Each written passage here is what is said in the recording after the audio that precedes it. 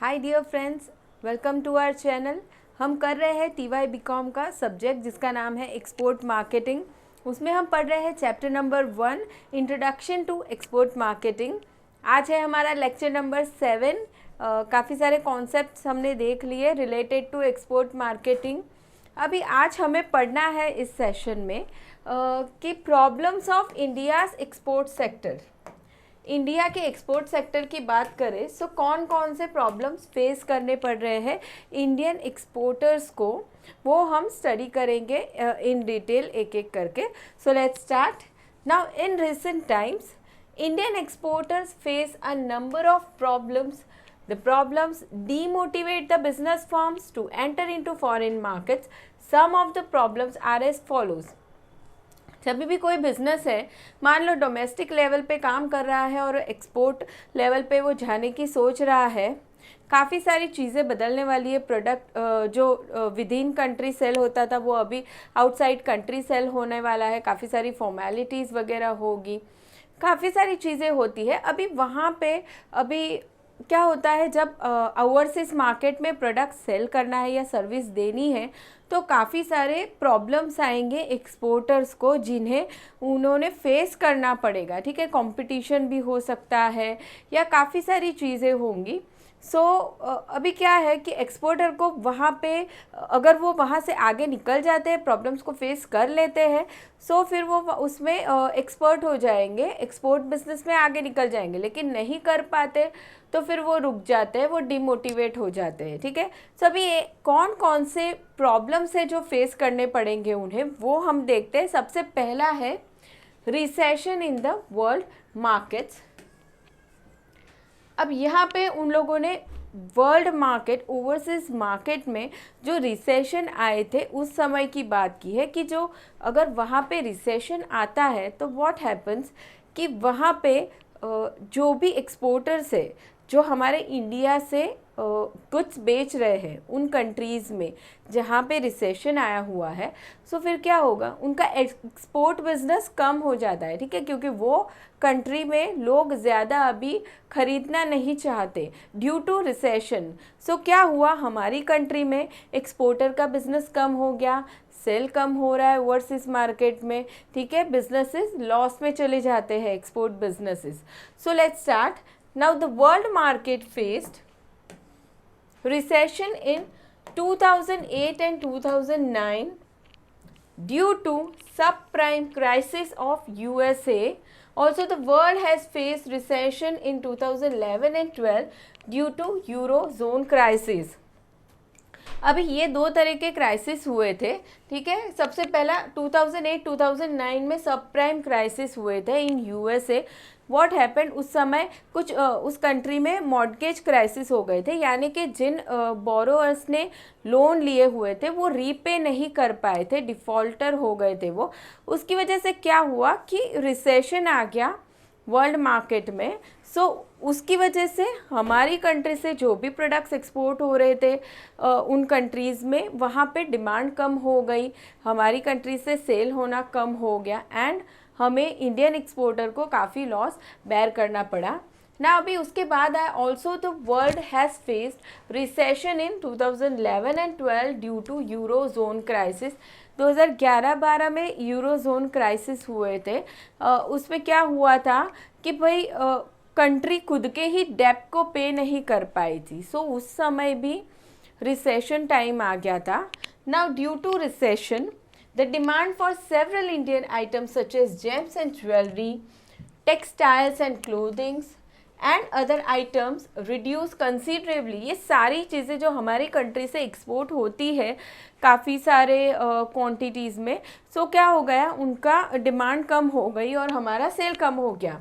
So there was considerable decline in export of India during 2012-2013 due to Eurozone crisis. As a result of lower demand, some of the exporters suffered heavy losses. जो exporters थे regular basis पे export कर रहे थे अच्छे से, जिनका business setup था, क्या हो गया, रिसेशन की वजह से लोअर डिमांड हो गई, प्रोडक्ट बिक नहीं रहा है ओवरसीज मार्केट में एंड उसकी वजह से एक्सपोर्टर्स को काफ़ी सारा लॉस फेस करना पड़ा। Now in 2015-16 there was a slowdown in China, European countries and in USA. There was direct impact on export of India and other countries. In fact, there was negative growth in India's export during 2015-16. ठीक है, इस समय में क्या हुआ, हमारी country के लिए नेगेटिव ग्रोथ था ऑफ एक्सपोर्ट. सो ये सबसे पहला प्रॉब्लम रही जो इंडियन एक्सपोर्ट सेक्टर को फेस करनी पड़ती है, वो है recession in the world market. Now next is protectionist measures by developed countries. Developed countries, कुछ कंट्रीज ऐसी है जो डेवलप्ड स्टेज पे है, अभी वो क्या करती है, प्रोटेक्शनिस्ट मेजर्स अडॉप्ट करती है. ठीक है, कुछ रूल्स वो ऐसे लगाएगी जिसकी वजह से क्या होना है कि हमारी कंट्री का एक्सपोर्ट कम हो जाएगा. जैसे कि अभी हम देखते हैं कि the developing countries like India have to face problem of protectionist measures by developed countries. For instance example, in 2009 में क्या हुआ, USA government provided a bail out package to General Motors and other firms to overcome from financial crisis. ऊपर अभी हमने पढ़ा कि financial crisis हुए थे इन USA. सो अभी वहाँ की गवर्नमेंट ने क्या किया, एक बेल आउट पैकेज दिया. किसको दिया, general Motors and other firms को. क्यों दिया, फाइनेंशियल क्राइसिस से बाहर आने के लिए. ऑफ कोर्स गवर्नमेंट तो वही काम करेगी, क्राइसिस में से बाहर आने के लिए कुछ तो करेगी. Now the bail out package contain, अब इस पैकेज में क्या था, बाय अमेरिकन क्लॉज. ये क्लॉज डाला गया वहाँ पे, which means the firm getting financial assistance from the government have to use domestic content rather than importing from other countries. यानी कि अभी USA में जो कंपनी है, ठीक है, अभी जो इस बेल आउट पैकेज का फ़ायदा ले रही है, उसने क्या करना पड़ेगा, उसके प्रोडक्ट बनाने के लिए वो जो भी पार्ट्स यूज़ कर रही है, मटेरियल यूज़ कर रही है, मशीनरी यूज़ कर रही है कंपनी, वो कंपनी उसने वो प्रोडक्ट उसने खुद की कंट्री के ही यूज़ करने होंगे. डोमेस्टिक लेवल पे जो बनते हैं वो इंपोर्ट नहीं कर सकती. यानी कि हमारी कंट्री से मान लो कोई मशीनरी एक्सपोर्ट हो रही है USA में, ठीक है, सो क्या होगा कि वहाँ पे अगर जिस कंपनी ने ये बेल आउट पैकेज लिया हुआ है, गवर्नमेंट से हेल्प ली हुई है, वो हमारे प्रोडक्ट्स यूज़ नहीं कर पाएगी. ठीक है, सो उसने इंपोर्ट करना बंद कर दिया, यानी कि हमारा एक्सपोर्ट बंद हो गया. सो since USA is major importer from India, some of the exporters as auto part supplier have to face problem. ठीक है, मान लो हमारी कंट्री में कोई कंपनी है जो ऑटो पार्ट्स एक्सपोर्ट कर रही है. कहाँ पे एक्सपोर्ट कर रही है, USA में. ठीक है, उसका एक्सपोर्ट बंद हो जाएगा. क्यों बंद हो जाएगा, क्योंकि वहाँ की कंपनी ने बेल आउट पैकेज लिया हुआ है जिसमें क्या है, बाय अमेरिकन क्लॉज. यानी कि उस कंपनी ने उनकी कंट्री के डोमेस्टिक प्रोडक्ट ही यूज़ करने होंगे, वो हमारे प्रोडक्ट यूज़ नहीं कर सकती. इसलिए क्या हो रहा है, डिमांड बंद हो गई एंड हमारा एक्सपोर्ट भी बंद हो गया. Now the developed countries like USA provide huge subsidies to their exporters. For instance, in case of agricultural exports, USA, UK and other provide huge subsidies to their exporters. अभी develop countries है जैसे कि USA है, UK है, क्या कर रहे हैं, उनके एक्सपोर्टर को ह्यूज सब्सिडीज़ दे रहे हैं. What is subsidy, financial help. ठीक है, वो उनके एक्सपोर्टर को हेल्प कर रहे हैं ताकि वो ज़्यादा से ज़्यादा एक्सपोर्ट करें. Now therefore the exporter of developing countries like India find it difficult to face competition in the world market. ठीक है, अभी USA है, वहाँ की गवर्नमेंट ने काफ़ी सारी सब्सिडीज़ दी है, तो भाई वहाँ के तो एक्सपोर्टर ज़्यादा से ज़्यादा एक्सपोर्ट करने लगेंगे एंड क्या होगा, हमारी कंट्री के लिए कंपटीशन बढ़ गया. हमारी कंट्री मान लो एग्रीकल्चर प्रोडक्ट बेच रही है या बाकी सारे प्रोडक्ट्स है, सो ये कंट्री भी ज़्यादा बेच रही है, सो हमारे लिए कंपटीशन क्रिएट हो गया. सो ये एक प्रॉब्लम है इंडियन एक्सपोर्टर के लिए. सो ये रहा second point, protectionist measured by developed countries. Now third problem is reduction in export incentives. Export incentives कम हो गए। अब ये इंसेंटिव कौन देगा? गवर्नमेंट देगी, एक्सपोर्टर को देगी, ताकि एक्सपोर्टर्स मोटिवेट होते रहे ज़्यादा से ज़्यादा एक्सपोर्ट करने के लिए, या तो फिर ज़्यादा से ज़्यादा एक्सपोर्ट बिजनेस शुरू हो सके। ठीक है, तो गवर्नमेंट क्या करे? एक्सपोर्ट इंसेंटिव्स देती है, लेकिन ये इंसेंटिव्स कम हो गए, रिडक्शन हो गया उसमें। सो ये भी एक प्रॉब्लम्स है एक्सपोर्टर्स के लिए। ये चीज़ भी उन्हें काफ़ी डिमोटिवेट करती है कि वो एक्सपोर्ट ना करें। So over the years government of India has reduced export incentives such as reduction in DBK rates, that is duty drawback rates, withdrawal of income tax benefits for majority of exporters, etc. The reduction in export incentives demotivates exporter to export in the overseas market. क्या किया government ने? Duty back rates थे वो change कर दिए, वो reduce कर दिए।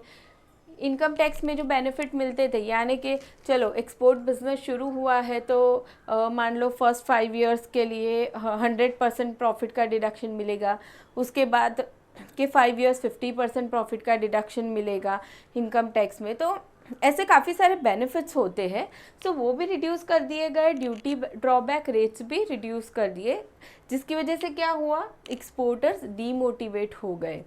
सो ये थर्ड प्रॉब्लम रही। Now fourth one is competition from China. Competition from China, ठीक है। अभी कोई भी इंसान, मान लो हम एक्सपोर्ट बिजनेस शुरू करना चाहते हैं, सो ये चीज़ तो हमारे दिमाग में आएगी ही कि चलो कोई प्रोडक्ट हम बनाना चाहते, कोई प्रोडक्ट बना के बेचना चाहते। मान लो मोबाइल फ़ोन है या कैलकुलेटर है या काफ़ी सारे ऐसे प्रोडक्ट हैं जहाँ पे चाइना के प्रोडक्ट्स कॉम्पीट करते हैं वहाँ पे, ठीक है। अभी वहाँ पे क्या हो रहा है? उनके कॉस्ट ऑफ प्रोडक्शन कम है।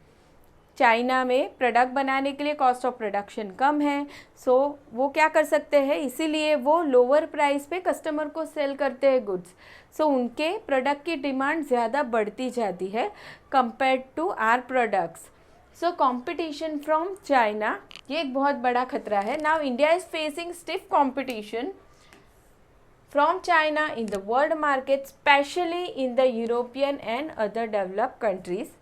Now, the Chinese exporters quote lower prices in the world markets due to the lower cost of production. As a result, India's share of export in the world market has not increased. क्योंकि China के product ज़्यादा बिक रहे हैं, अच्छा खासा competition है वहाँ से, इसलिए हमारे एक्सपोर्ट शेयर को बढ़ाने में बहुत तकलीफ़ें आ रही है, ठीक है। एंड उनका क्या है? लोअर प्राइस पे वो गुड्स बेचते हैं क्योंकि उनका कॉस्ट ऑफ प्रोडक्शन कम है।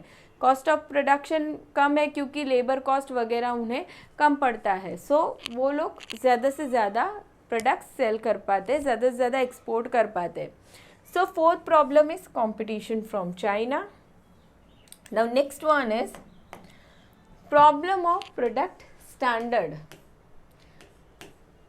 प्रोडक्ट स्टैंडर्ड, अभी हम कहें कि हम कोई भी प्रोडक्ट बेच रहे हैं, जैसे हम कहें हम शैम्पू एक्सपोर्ट करना चाहते हैं कि कोई व्हीकल एक्सपोर्ट करना चाहते हैं, कोई इलेक्ट्रॉनिक गुड्स है या कोई मशीनरी है या एनीथिंग।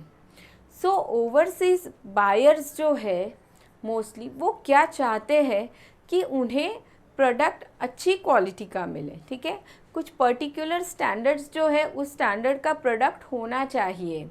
सो वैसा प्रोडक्ट हमारी कंट्री ने बनाना पड़ेगा, ठीक है। So developed countries insist on high product standard from developing countries like India. The products from developing countries like India are subject to product test in the importing country. जो भी product हम export करेंगे सो वो वहाँ पे testing तो होंगे ही। Now at times the importing countries do not allow import of certain items like fruits, textiles and other items on the grounds of excessive toxic contents. अभी क्या हो रहा है? जो ये टेस्ट होने वाले हैं, जो वो कंट्री इम्पोर्ट कर रही है, हमारी एक्सपोर्ट कर रही है, so at the time of test हमारे प्रोडक्ट फेल हो जाते हैं, वो लोग बोलते हैं नहीं चाहिए आपके प्रोडक्ट, ठीक है। So therefore Indian exporter lose market specially in developed countries, क्योंकि उनको कैसे प्रोडक्ट चाहिए, स्टैंडर्ड प्रोडक्ट चाहिए होते हैं, ठीक है। Now next problem is problem of anti dumping duties. Problem of anti dumping duties. अब ये एंटी डंपिंग ड्यूटी लगाई जाती है जब कोई कंट्री प्रोडक्ट इंपोर्ट कर रही है, ठीक है। उस समय क्या होगा, गवर्नमेंट कुछ चीज़ों पे एंटी डंपिंग ड्यूटी लगाती है। ये एंटी डंपिंग ड्यूटी क्यों लगाई जाती है? प्रोटेक्शनिस्ट मेजर्स जो हमने ऊपर पढ़े थे वो चीज़ें सोच के लगाई जाती है। कोई भी इम्पोर्टिंग कंट्री है वो क्या सोचेगी कि भाई ज़्यादा से ज़्यादा इंपोर्ट हो रहा है किसी प्रोडक्ट का हमारी कंट्री में, सो हमारे जो डोमेस्टिक बिजनेसेस है वो कम हो जाएंगे उस प्रोडक्ट के लिए। सो इसीलिए इंपोर्टिंग कंट्री की गवर्नमेंट क्या करती है, एंटी डंपिंग ड्यूटी लगाती है, ठीक है। क्या हो जाएगा, what is anti dumping duty, कि जो भी इंपोर्ट प्राइस है एंड प्रोडक्ट का जो डोमेस्टिक प्राइस है, दोनों का जो डिफरेंस निकाला जाएगा, उतना ड्यूटी लगाएगी गवर्नमेंट, एंटी डंपिंग ड्यूटी, ठीक है। तो ये एंटी डंपिंग ड्यूटी लगाई जाती है, सो वो चीज़ भी डिमोटिवेट करती है एक्सपोर्टर को। Now developed countries impose anti dumping duties on certain goods imported from developing countries like India, Brazil, China and so on. For instance, USA had imposed anti-dumping duties on Indian metal pipes in August 2018. Now, quite often anti-dumping duties are not justified. ये anti dumping duties क्यों लगाई जाती है, government क्यों लगाती है? उनकी country के बिजनेसेस को प्रोटेक्ट करने के लिए, क्योंकि ज़्यादा से ज़्यादा अगर इंपोर्ट होता रहेगा तो उनकी कंट्री के बिजनेसेस अफेक्ट हो जाएंगे, वहाँ के प्रोडक्ट्स कोई लेगा नहीं। सो इसीलिए ये ड्यूटी लगाई जाती है। लेकिन कभी कभी क्या हो जाता है, anti dumping duties are not justified. So therefore India had to approach dispute settlement body of WTO, World Trade Organization, to resolve the dispute regarding anti-dumping duties. ना मान लो कोई कंट्री है जहाँ पे इंडिया सेल कर रहा है उसके प्रोडक्ट को, अभी उस कंट्री ने एंटी डंपिंग ड्यूटी लगा दी, लेकिन वो ड्यूटी जस्टिफाइड नहीं है, कुछ ज़्यादा लगा दी है, नॉट जस्टिफाइड। तो अभी इंडिया ने क्या करना पड़ेगा, कंप्लेंट करनी पड़ेगी, कहाँ पे, dispute settlement body of WTO, World Trade Organization, to resolve the dispute regarding anti dumping duties. Now till the dispute is resolve, Indian exporter lose business opportunities. WTO के पास डिस्प्यूट रिजॉल्व होगा, उस समय तक में जो भी अपॉर्चुनिटी आई होती है इंडियन एक्सपोर्टर के पास वो निकल जाती है, ठीक है। क्योंकि जो इंसान इंपोर्ट कर रहा है, जिसको प्रोडक्ट चाहिए, वो तो ज़्यादा रुक नहीं सकता ना, वो थोड़ी वेट करेगा कि चलो डिस्प्यूट सेटल हो जाए तब तक हम राह देखते हैं, नहीं, वो अपॉर्चुनिटी निकल जाती है तब तक। सो ये प्रॉब्लम रही, problem of anti dumping duties.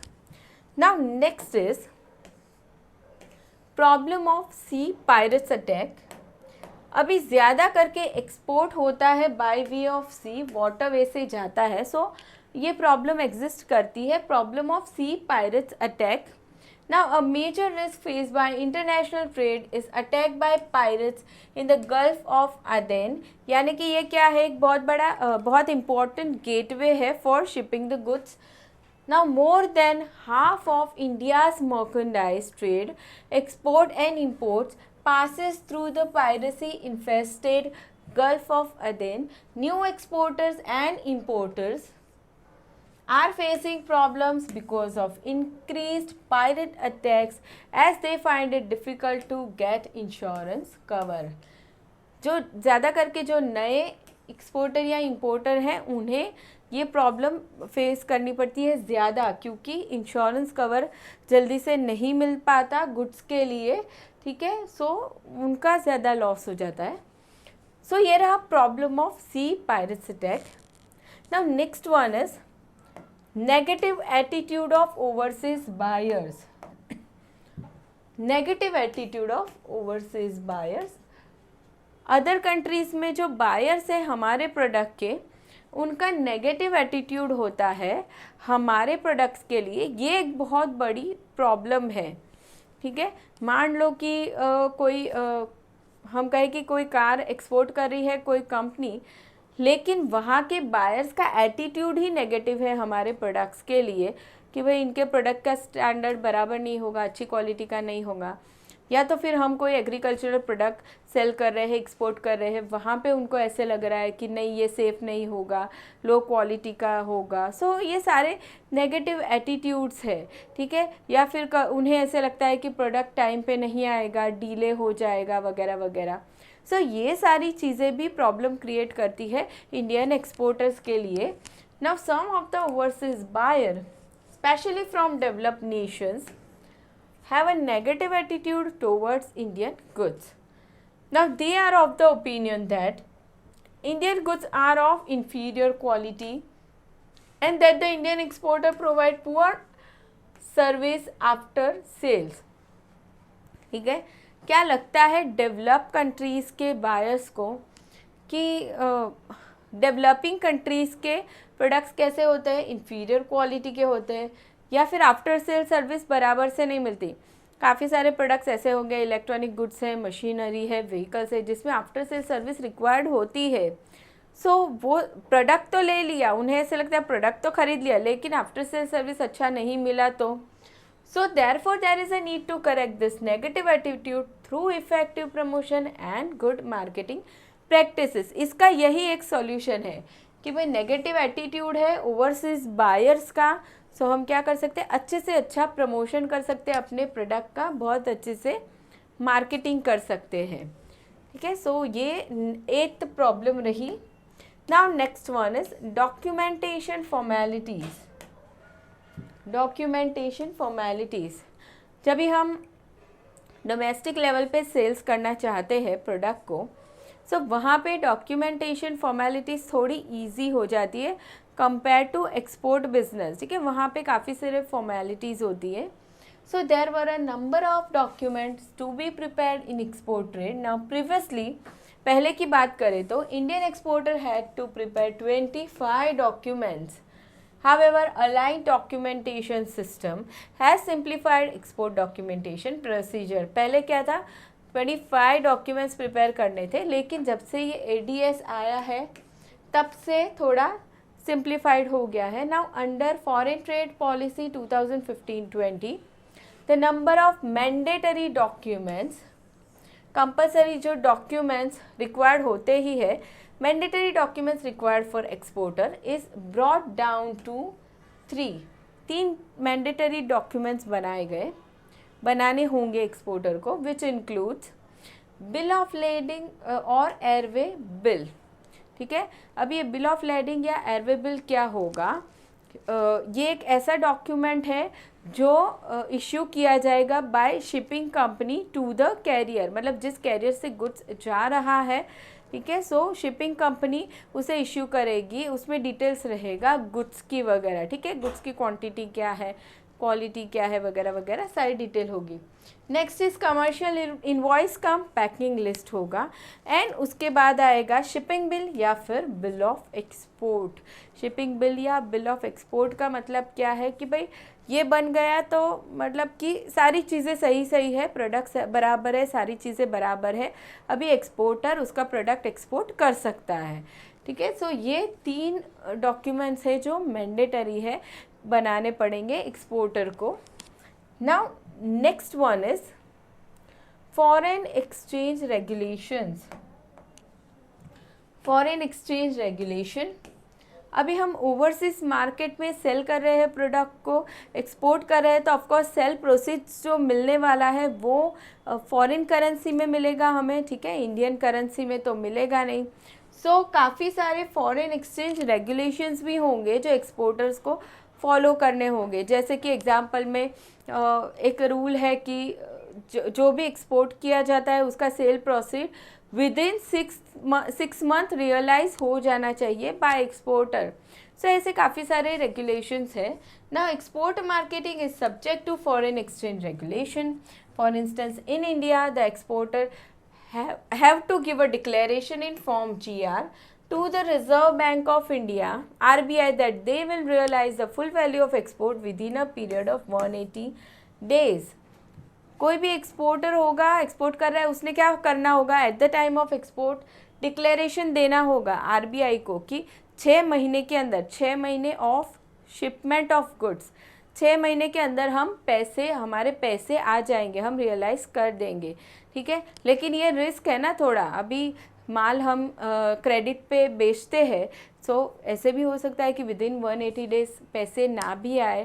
ठीक है, सो ये फॉरेन एक्सचेंज रेगुलेशंस भी कहीं ना कहीं थोड़ा डीमोटिवेट कर देते हैं एक्सपोर्टर्स को।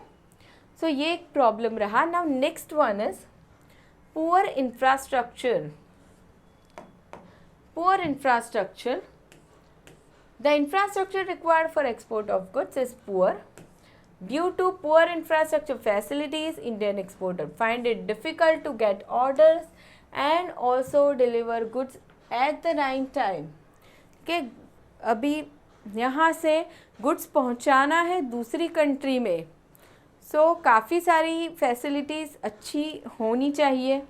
जैसे ट्रांसपोर्ट की हम बात करें, ठीक है, ट्रांसपोर्ट हो गया, मटेरियल हैंडलिंग हो गया, या फिर पोर्ट पे गुड्स पहुंचेगा, सो शिपमेंट में अगर टाइम है सो वहाँ पे सेफ़ होना चाहिए, वेयर हाउस अच्छा होना चाहिए, काफ़ी सारे इंफ्रास्ट्रक्चर होगा, जो फैसिलिटीज़ होगी जो एकदम अच्छी होनी चाहिए, लेकिन वो अच्छी नहीं है। उसकी वजह से क्या होता है, एक्सपोर्टर्स को ऑर्डर्स भी नहीं मिलते अच्छे से, एंड फिर एक्सपोर्टर खुद ही डिमोटिवेट हो जाते हैं एक्सपोर्ट करने में। So poor port handling facilities है, इनएडिक्वेट वेयर हाउसिंग फैसिलिटीज़ है, पुअर ट्रांसपोर्ट फैसिलिटी वगैरह वगैरह, तो ये चीज़ें डीमोटिवेट करती है एक्सपोर्टर को। Now next one is problem of trading blocks. Trading blocks, what is trading blocks? कि भाई हमने देखा था कि कुछ कंट्रीज़ है जो क्या करेगी, ग्रुप बना देगी, ठीक है, सो उसे हम एक ट्रेडिंग ब्लॉक कह सकते हैं। अभी क्या होगा, उस ट्रेडिंग ब्लॉक के जो मेंबर्स है, जो मेंबर्स कंट्रीज़ है, वो क्या करेगी, आपस में इंपोर्ट एक्सपोर्ट पे जो भी बैरियर्स लगते हैं, tariff barrier, non tariff barriers, वो हटा देगी। ठीक है, मान लो 7 कंट्रीज़ है ट्रेडिंग ब्लॉक्स में, सो वो क्या करेगी, आपस में एक्सपोर्ट इंपोर्ट पे जो भी बैरियर्स लगते हैं उसको निकाल देगी। सो उन लोग के लिए तो वो इजी हो गया इंपोर्ट एक्सपोर्ट करना। जो नॉन मेंबर है, नॉन मेंबर कंट्री, उस पे सारे बैरियर्स लगेंगे। सो भाई अभी जो नॉन मेंबर है, हमारा इंडिया तो नॉन मेंबर है काफ़ी सारे ट्रेडिंग ब्लॉक्स में, सो क्या हो रहा है, हमारे लिए कहीं एक्सपोर्ट करना है तो काफ़ी सारे बैरियर फेस करने पड़ते हैं, tariff barrier, non tariff barrier. So ये एक चीज़ है जो इंडियन एक्सपोर्टर को डिमोटिवेट करती है। So Indian exporters are affected due to the presence of trading blocks. There are some powerful trading blocks in the world such as NAFTA, European Union and ASEAN. The trading blocks reduce or eliminate trade barriers on member nations, whereas they impose the trade barriers on non-members. Non-members पे तो सारे barriers लगेंगे ही। Now, since India is not a member of the powerful trading blocs, Indian exporters do face problems to export goods to the member countries of the trading blocs. However, India has signed preferential agreement with ASEAN and other countries. अभी India कोई trading block का member नहीं है, लेकिन फिर भी India ने क्या किया है, प्रेफरेंशियल एग्रीमेंट साइन किए हुए हैं with Asian and other countries, ताकि क्या हो सके, इंडिया के लिए बैरियर कुछ कम हो सके और अच्छे से इंडियन एक्सपोर्टर्स एक्सपोर्ट कर सके मोटिवेट होके। सो ये प्रॉब्लम रही, problem of trading blocks. Now next one is and last one is exporters related problem. Exporters की तरफ से क्या प्रॉब्लम आती है, अभी हमने कंपटीशन की बात कर ली, या फिर हम कहें पुअर इंफ्रास्ट्रक्चर है, या वर्ल्ड रिसेशन था, ये सब हमने बात कर ली कि वो चीज़ें एक्सपोर्टर को डिमोटिवेट कर रही है। लेकिन एक्सपोर्टर की खुद की क्या क्या प्रॉब्लम हो सकती है? So India's export trade is also affected due to exporters related problem such as delays in handling grievances यानी कि कंप्लेंट्स, ठीक है।